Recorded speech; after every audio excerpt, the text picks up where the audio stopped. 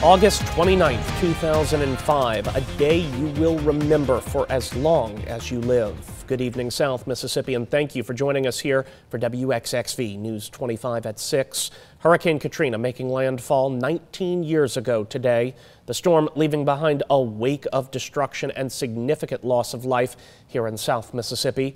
WXXV News 25's Rick Boone begins our team coverage tonight as we reflect and remember. We're here along the coast here in Waveland, where Hurricane Katrina some 19 years ago came up across this water and into the coastal area that we will never forget.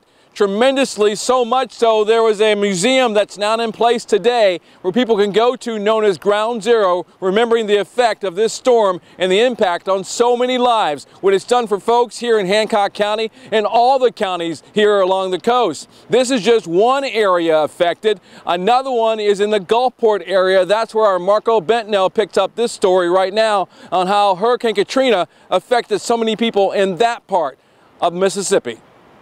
Thanks, Rick. I'm here along the beach in Gulfport near Island View, one of the many places that faced massive destruction. Streets flooded, homes wiped out, and a massive storm surge that brought everything from the Gulf to the shore.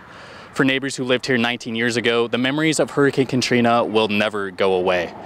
Now people who live along this part of the coast, anytime they hear about a possible storm, always have to worry that it might happen again.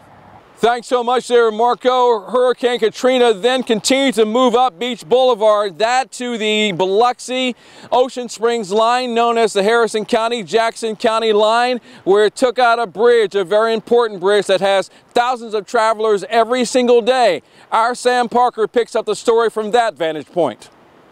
Thank you, Rick. Behind me you can see Highway 90 bridge connecting between Biloxi and Ocean Springs that has been rebuilt after Katrina. You can only imagine the amount of destruction that came through and wiped out everything from those hurricane-forced winds. We saw structures destroyed, casinos that were once on the water washed up on shore, and lives at risk. All of us through Jackson County felt those hurricane impacts, and all of us around will always remember.